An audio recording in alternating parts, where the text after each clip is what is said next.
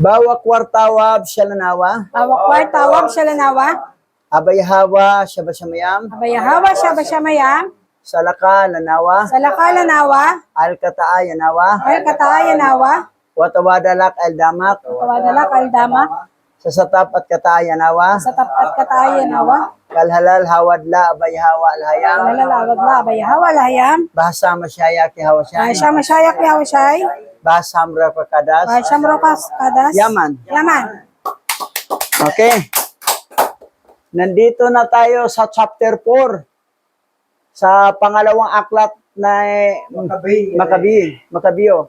The second book of Maccabees, chapter 4. So, okay, diretso tayo. Basa. Ang pangalawang aklat ni Makabeyo, Kabanata 4, verse 1 to 50. Si Simon na nabanggit na noong una na siyang nagsumbong sa hari tungkol sa labis-labis na kayamanan sa templo, ay gumawa na naman ng pagmamalabis.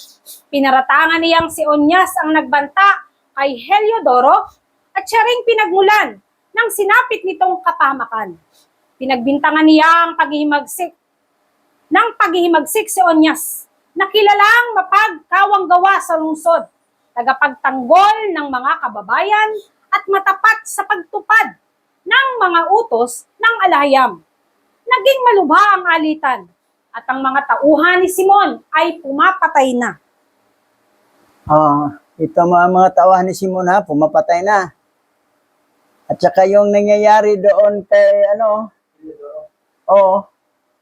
ginawa pa na kasalanan pa ni Onyas. Binaliktad, samantala inutusan ni Abayahawa yung mga anghel para bugbugin yun si Heliodoro. Ito si Simon, tribe of Benjamin yan. Pero taksel, pasaway, tulibagbag. May mga rimnan Hebrew Israelite talaga tulibagbag ng utak eh. Mga pasaway, dubulkara. Ngayon, mga tauhan niya, ni Simon, pumapatay na rin. Okay, tuloy tayo. Ang paglakas ng panig ng mga sumasalungat ay nadama na ni Onyas. Sapagkat kasabwat na rin si Simon, pati sa Apolonio, na anak ni Menestio, ang gobernador ng Cilicia at Pinesia. Kaya't nagpunta siya sa hari, hindi upang paratangan ng mga kababayan niya, kundi upang makiusap para sa kapakinabangan ng lipunan at ng bawat mamamayan. Naisip niyang gawin ito, sapagkat kung hindi mamamagitan ng hari, tiyak niyang hindi magkakaroon ng kapayapaan sa bansa at hindi titigil si Simon sa kanyang pag-abuso. Sa kasamaang palad, namatay si Haring Seleuco at si Antioco na tinatawag ding Epiphanes, ang siyang humalili dito. Inagaw naman ni Jason ang pagiging pinakapunong saserdote mula sa kanyang kapatid na si Onyas sa pamamagitan ng masamang paraan. Okay. Yung punong saserdote, si Onyas, nagpunta na sa hari para malaman sa hari ang totoong nangyayari. Dahil ito si Simon, gumawa talaga ng kalukuhan eh. Kinakalaban pa niya ang mga kapwa niya remnant Hebrew Israelite. So, inggit na siya kay Onyas.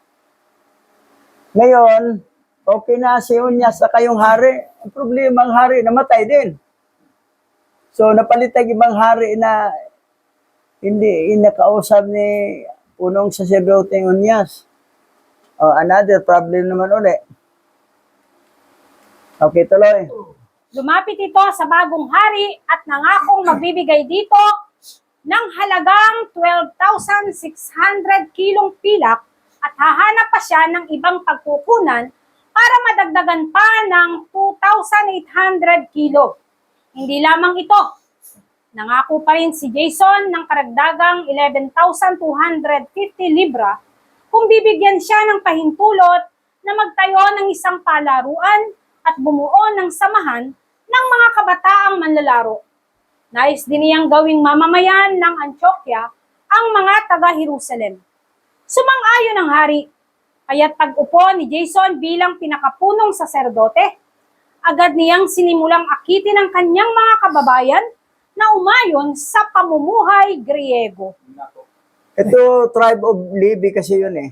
Si Onyas. Kapatid niya si Jason, yung inagaw yung pagka-punong serdote. Dahil ang mag-decide kasi yung hari. Yung hari, yung bago yun eh. Pinangakuan siya, magbigay siya ng mga ginto, mga pilag. Yan, si Jason. Isa rin yung taksel din niya si Jason eh, kapatid ni Onyas. Pare-pareho lang sila ni Simon. Ngayon, ginawa pa niya, nga siya na ang punong serdote, ginawa pa niya na ang Jerusalem ay under ng Antioquia. Pero mo province of Antioquia na ang Jerusalem. So, talagang isa rin yun si Jason pasaway. Okay, tuloy tayo. Pinawalang saysay niya ang mga tanging karapatang ipinagkaloob ng hari sa mga Hudyo noong panahon ni Juan, ama ni Eupolemo. Si Eupolemo ang sugong nagtagumpay na makuha ang kasunduan ng pagkakaibigan ng mga Hudyo at ng mga taga-Roma. Pinalitan ni Jason ang umiiral na batas at ang inihalili mga kaugaliang salungat sa kautusan. Ipinagawa niya agad ang palaruan at doon niya ito ipinatayo sa paanan ng tanggulang tinatawag na Acropolis. Pinagsuot niya ang mga piniling kabataang Hudyo ng sombrerong Griego na gamit sa paglalaro. Mula noon, ang pamumuhay Griego at mga kaugaliang dayuhan na ang kinahumalingan ng marami. Ito'y bunga ng labis na kasamaan ng mapagpanggap na saserdoteng si Jason. Biro mo So, yung palaruan, yung ginawa na niya, yung mga manlalaro, ay ginawa na niyang mga sombrero, suot ng mga Griego, mga hintil. Nawala na yung identity bilang Hebrew-Israelite. Tapos yung mga kautosan naman, di na sundin. Kautosan na ng mga Griego ang sinunod. Tapos ito si Jason, hindi na siya tumupad sa pangako niya sa hari. Yung magbigay ng mga pilak, di na niya tuparin yun. Isang salbahe din ito eh. Walang pagkakaiba sa mga hintil na ugali. Okay, tuloy tayo.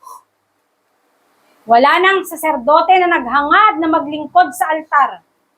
Ang templo at ang paghahandog ay pinabayaan na rin at ang kinahumalingan ay ang pagsasanay para sa palakasan upang makasali sa mga paligsahang hindi ayon sa kautusan ng alahayam.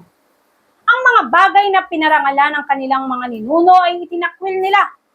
At ang pinahalagahan ay ang mga bagay na itinuturing na dakila ng mga Griego. Subalit hindi ito nakabuti sa kanila, sapagkat naging kaaway nila ang mga taong nais nilang tularan sa kilos at pag-uugali. Binusabo sila ng mga ito. Tunay nga ang paglapastangan at paglabag sa kautusan ng alahayam ay nagbubunga ng di mabuti. Patutunayan ito ng sumusunod na mga pangyayari. Dito pala nagsimula yung mga Olympic palaruan, Mga Griego. Si Jason nagpasimuno hanggang naging buong mundo na ng Olympic palaruan. Tapos wala na, yung kautusan ni Yahweh, wala na. Di kalimutan na, yung kaugalian na ng Griego, ng mga hintil, yun na ang ugali ng mga Hebrew, Israelite. Grabe, talaga. Yun na nga na si Abba Yahweh nagagalit, pinabayaan na lang sila. Dahil sa ganong ginagawa. May mga Hebrew Israelite talagang tulibagbag ang utak. Di talaga, alam namang Hebrew sila eh. Pero tulibagbag. Alam naman nila ang pangalan Yahweh, pero doon pa rin sisimba pa rin simbahan ng mga fallen angel, ni Jesus Christ, ni Lord, ni God. Kasi may ibibigay kasing regalo doon, may mga bigas, ni paano. Dalawa nang natiwalag natin dito dahil sa ganong ugali ni Jason at saka ni Simeon. Nga tulibagbag, nangumusta pa naman sa'yo, no? Kumusta naman?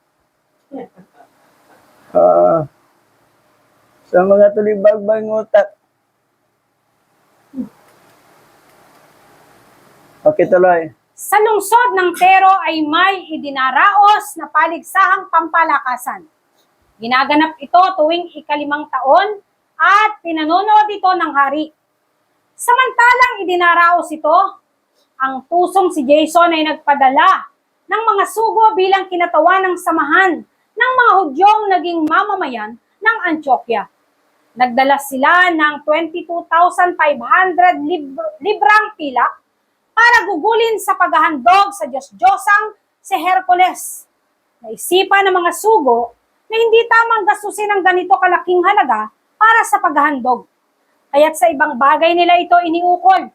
Sa halip na ihandog kay Hercules, ang salapi ay ginugol nila sa pagpapagawa ng mga sasakyang dagat na pandigma. Yung iba naman na nabigyan niya ng pera para ihandog kay Diyos sa Hercules, ay hindi naman sumunod. Hindi ginawa ng paggawa ng barko, mga sasakyan dagat. Pero ito si Jason, pero mo sa laking halaga, gumagawa, nagugol ng paghandog sa Diyos-Diyosang si Hercules. Sino to si Hercules na yan? Fallen angel yan Hercules. Si Hercules. O yan. Hercules. The fallen angel. Yung pala isang mata. Yan si Hercules. Isang mata. O yan. Hercules. The fallen angel. Sikat yan sa Hercules. Sikat yan sa pelikula. Biro mo ito si Jason, punong saserdote, tribe of Levi yan. Pero wala na, doon na magsamba kay Hercules, the fallen angel. Naglaan pa ng malaking pera. 22,500. Okay, tuloy tayo. Nang si Apolonio na anak ni Menestio ay ipadala sa Ehipto bilang kinatawan sa idaraos na pasinaya sa pagluklok ni Pilometor bilang hari. Nalaman ni Antioco ng bagong hari ay laban sa kanyang mga patakaran. Nabahala siya, kaya't nagpunta siya sa Hopa at mula ro'y nagtuloy sa Jerusalem. Malugod siyang tinanggap ni Jason at ng buong lungsod na pawang may dalang sulo sa kanilang pagdiriwang. Pagkatapos ng pagdiriwang na ito, isinama niya ang kanyang hukbo at pinasok nila ang Pinesya. Lumipas ang 3 taon at ipinatawag ni Jason si Menelao na kapatid ni Simon. Inutusan niya itong magdala ng salapi sa hari at tuloy sumangguni dito tungkol sa ilang mahalagang bagay. Kita mo yon? Ang mga pera ginugugo lang sa walang kabuluhan. Ito si Simon, may kapatid siyang si Menelao. Si Onyas, kapatid niya si Jason, pasaway naman. So, nakakalungkot nga itong mga Hebrew-Israelite na mga pasaway. Mayroon talagang espiritong tulibagbag. Tuloy tayo. Pagdating sa palasyo, ipinakilala siya sa hari at pinapaniwala niya ito sa taglay niyang kakayahan at kapangyarihan. Inalok niya ang hari ng napakalaking halaga. 10,500 kilong pilak ang kahigitan sa ibinigay ni Jason, kaya't naagaw niya rito ang pagka-pinakapunong saserdote. Bumalik siya sa Jerusalem, taglay ang tungkuling ito na pinagtibay ng hari. Ngunit wala naman siyang kakayahan. Ang taglay niya ay kabagsikan at pagiging asal hayop. Kaya't si Jason na nagtaksil sa sariling kapatid ay pinagtaksilan din ng ibang tao. Sa takot niya, nagtago siya sa lupain ng mga Amonita. Nagpatuloy si Menilaw sa pagiging pinakapunong saserdote, ngunit sinira niya ang kanyang pangako sa hari na babayaran niya ito. Si Menilaw naman. Kapatid yan ni Jason. Ano talaga yung tinanim siya na anihin. So, ano yan sila? Mga nagtaksilan yan sila eh. Sa ambition lang na mamuno. Tulad sa atin, gagawa na sila ng batas na kailangan 50 years old ang edad, pataas, pwede tumakbo ng presidente. Below 50, hindi pwedeng makatakbo. Eh si Sara, 40 plus pa lang eh, 48 eh. Ay, hindi na siya makatakbo.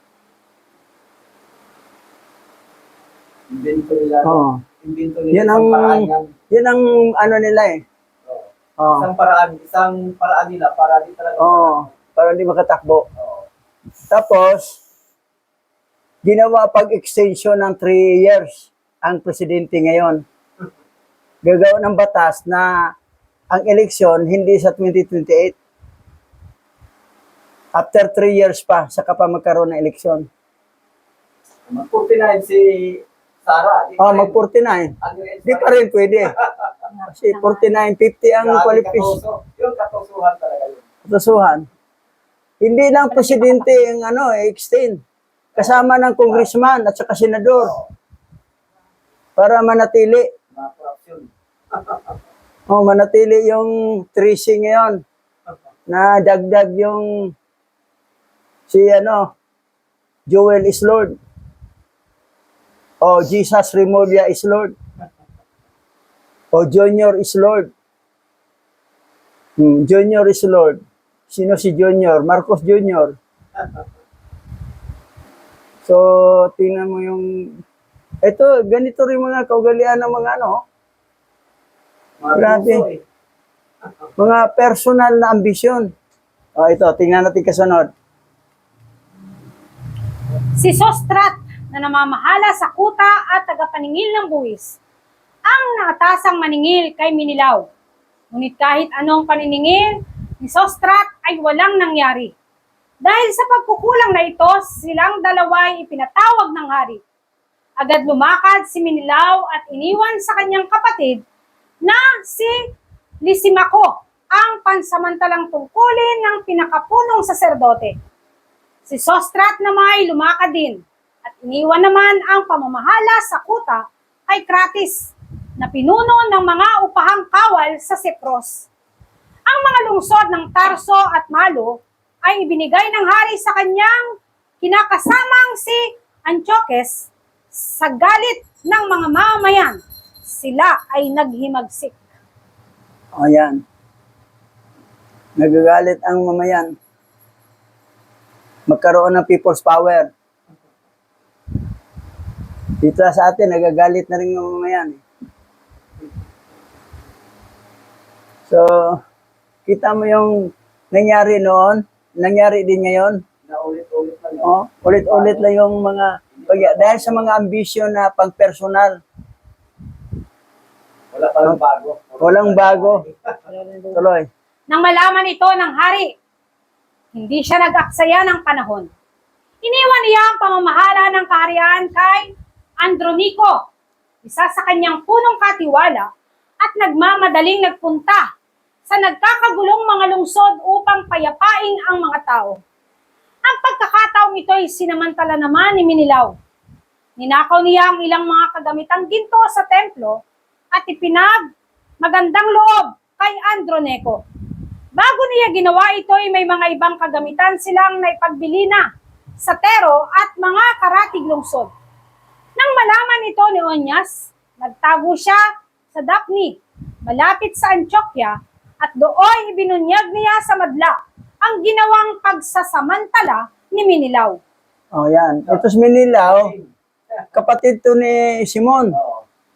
Pinagbibinta. Yung doon sa property ng templo. Dinapingan. Sa atin naman, pinagbibinta ang doon sa yung gold reserve. Ipa-privatize. Binibinta rin ang yung sa Laguna na planta. At saka yung airport. 3. Binibinta. Ang pera, nilagay sa mga malita. Nakatanggap naman si Arnold Clavio, Nabisto. pati si Ramon Tolpo, nakatanggap din. Nanahimik na talaga. Oo, Okay. nakatanggap din si Gadon. Ganon na paninira na kay Sara, na si Raulo daw. Dahil ang katapat lang to, malita lang. Sobrang tapang na nalita eh. Biro mo ito si Minilaw, pinagbibinta para Minilaw, Marcos Jr. Para, letter M. Kituloy tayo. Sa galit naman ni Minilaw, lihim nitong kinausap si Andronico at inudyokang patayin si Onyas. Pinuntahan nga ni Andronico si Onyas at hinimok siyang lumabas na sa kanyang pinagtataguan. Sa simula'y naghinala si Onyas. Subalit sa pamagitan ng mga sinumpaang pangako'y napasang ayon ding lumabas si Onyas. At siya'y walang awang pinatay ni Andronico. Sa nangyaring ito'y nagalit at nagluksa, hindi lamang ang mga Hudyo, kundi pati ang ibang mga bansa, dahil sa walang katarungang pagpatay kay Onyas. Biro mo Nagtago na siya, nagduda siya una. Pinangakuha nga, hindi, labas ka, walang mangyari sa'yo, okay lang. Yun pala, promise to be broken. Ano lang yun? Naniwala din, napatay, solo siya. Ito, inutusan ni na yan, Kulang sa katusuhan. ni Minilaw, Oo. na kapatid ni Simon. So, nagalit ang mga Hudyo, pati yung mga taga-ibang bansa, mga hintil, nagalit na rin. Kasi ang bait kasi ito si Onyas Hindi nang pinatay na walang awa. Lupit. Oo. Tuloy tayo. Nang dumating ang hari buhat sa Silesia, pinuntahan agad siya ng mga Hudyong taga-Antioquia at nagharap sila ng demanda tungkol sa nangyari. Sumama rin ang mga Griego na nagalit din sa nangyaring pagpatay kay Onyas. Kayo na lamang ang kalungkutan ni Antioco. Nabag siya tumangis, lalo na nang magunita ang napakagandang pag-uugali ni Onyas. Sa galit ni Antioco, pinunit niya ang kanyang maharlikang kasuotan hanggang sa siya'y mahubaran. Sa ganitong ayos, si Andronico ay ipinarada sa lungsod hanggang sa dakong pinagpatayan niya kay Onyas. Pagdating doon, pinatay rin siya at sa gayoy tinanggap niya ang kaukulang parusang niloob ni Yahawa. Patay din siya. Yung utang siya ng buhay, babayad siya ng buhay. So, ganun katindi Noong mga Hebrew Israelite noong panahon, ganun karumaldumal yung mga ginagawa. At least nalaman na ibang tao na pinaya na kanyang buhay doon. Oo. Tindi. Okay, tuloy tayo. Si Lysimaco naman ay nakikipagsabwatan kay Minilaw sa maraming pagnanakaw sa lungsod. Nabalita ng mga tao na marami ng kasangkapang ginto ang nawawala sa templo. Kaya agad silang nagtipon-tipon at pinuntahan si Lysimaco. Sa galit nila ay hindi naiwasang di magkagulo. Kaya't nagkaroon ng dahilan si Lysimaco para harapin sila. Kumuha siya ng 3,000 tauhan at nilusob ang mga tao sa pangunguna ng malupit at tumatanda ng si Aurano. Biro mo Sabuatan sila sa pagnanakaw. Oo. Yung 2 tulpi. Tulpo pala. Natanggap si Ramon. Oo. Tapos, si Pinky naman at saka si Tota. Soto. Grabe. Yung ginawa noon, nangyari din sa ngayon, nakawan. Oo, naulit na yun. Oo. Walang bago. Paulit-ulit lang ang pangyayari. Walang bago. Nangyari na noon, nangyari ulit ngayon. O, tuloy. Lumaban ang mga tao. Anumang mahagip, bato, kahoy o dakot-dakot na abo mula sa altar ay ipinupukol nila sa nalilitong si Limako at sa kanyang mga tauhan. Marami nang nasaktan at may ilan pa sa mga tauhan ni Lysimaco ang napatay. Sa takot ng iba'y tumakas na sila. Ang magnanakaw ng mga banal na kagamitan na si Lysimaco ay napatay malapit sa Kabangyaman. Dahil sa nangyaring ito, si Menilaw ay isinakdal ng mga mamamayan. Yan. Full power. Oh, people power. Sinakdan na ng mamayan. Si Minilaw. Paano kami ninaw ka? Si Minilaw, si ano yan, si Marcos Jr. Oo. Parang yan. Letter M eh. Oh. Kaya't nang dumating sa Tero ang hari, nagsugo roon ang Senado ng mga Hudyo ng 3 kinatawan upang magharap sa hari ng sakdal laban kay Menilaw. Nakita ni Menilaw na wala siyang panalo, kaya't sinuhulan niya ng malaking halaga si Ptolomeo na anak ni Doromenes para himuking pumanig sa kanya ang hari. Ang hari ay ipinasyal ni Ptolomeo sa liwasan para sumagap ng sariwang hangin. Hinimok nga niyang magbago ng isip ang hari.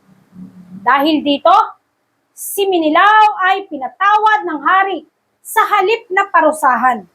Ang pinarusahan pa ng kamatayan ay ang 3 walang kasalanang sugo na kung ang malulupit na esita ang lumitis sa kanila ay tiyak na makakalaya.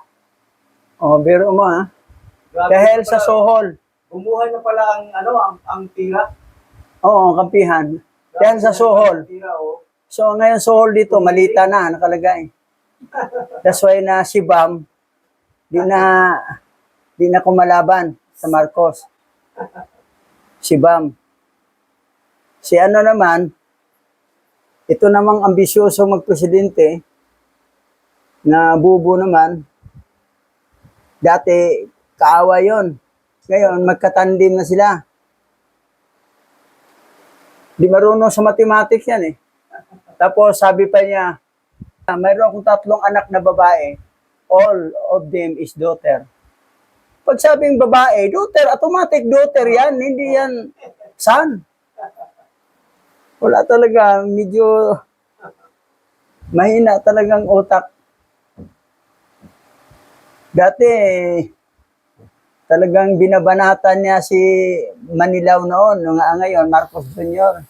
Ngayon, magkakampi na sila dahil sa malita. Malita lang katapat. So, yung mga karakter ng mga tao noon, biro mo nga, mga remnant Hebrew Israelite ito. Si Manilaw, kapatid ni Simon, tribe of Levi yan eh. Pero grabe talaga tuloy bagbag. Ano yan? Pira-pira eh. The love of money is the root of evil. Ganon. So, titingnan natin ang kasunod. Iyon ang sinapit ng mga nagmamalasakit sa lungsod. Sa kapakanan ng mga mamamayan at alang-alang sa dangal ng mga sagradong kagamitan.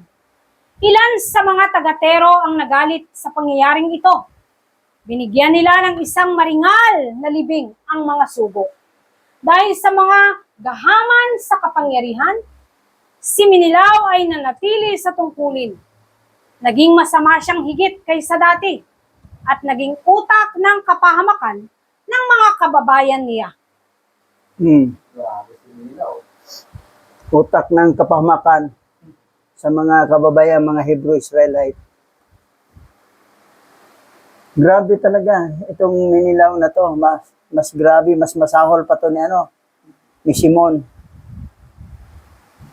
Pareho, magkapatid yan ha. So, nakakalungkot. Sa atin naman dito, ang dami dito mga tulibagbag talaga eh. Bahala na si Abay Hawa, saan ilalagay yan sila. Siguro, kung ilik naman yan, di for the foundation of the world, sa bangkita talaga ilalagay yan.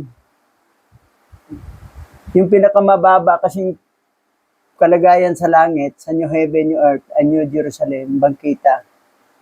Medyo ara-arang pakunti ang parang.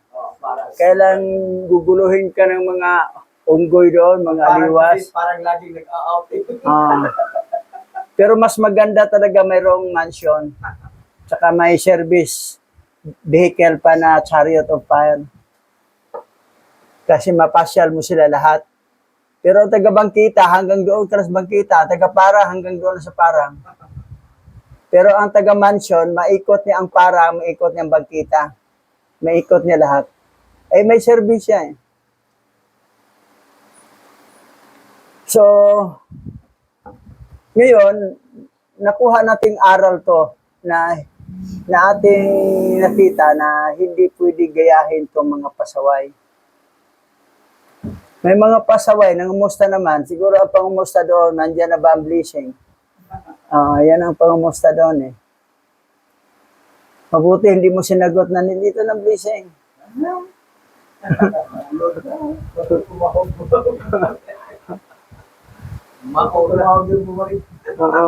Talagang grabe. What kind of Sige, dito tayo nagtapos. Dadako tayo sa prayer, Pastor Richard. Tayo manalangin. Aming Hawa, patuloy kaming dumadalangin sa iyo. At itinataas namin ang aming kalagayan sa buhay na ito, ang patuloy na mga plano sa pagsasaayos ng iyong salita at paghahayag ng iyong banal na pangalan sa maraming mga remnant na nagkalat sa apat na sulok ng lupa. Aming Yahawa, hindi mangyayari ang mga bagay na ito kung hindi mo ipapahintulot ang aming inaasahan na mahawakan balang araw at magkaroon muli ng katanyagan ng iyong banal na pangalan sa lugar na kung saan nais mong itayo ito. Ang nais po namin magkaroon ng isang maayos na assembly, isang lugar na pagtitipunan ng mga leader, ng mga tao na kung saan ay susuportahan ang dighain ng pagsasayos ng iyong mga kasulatan at higit ang mga kapatid namin, katuwang ng mga Operian tribes sa ministeryo ng pagsasaayos ng iyong pagkakakilanlan sa lahat ng panig ng bayang ito o ng bansang ito. O Yahawa, sa araw na ito, kami po ay nagpapasalamat sa lahat ng iyong tulong, biyaya, pag-iingat, kalakasan, at paglayo sa iba't ibang uri ng karamdaman sa iyong mga anak. At patuloy kami nagpapasalamat. Karangalan at kaluwalhatian ay nararapat lamang sa iyo sa pamamagitan ni Mashiach Yahawashi. Yaman.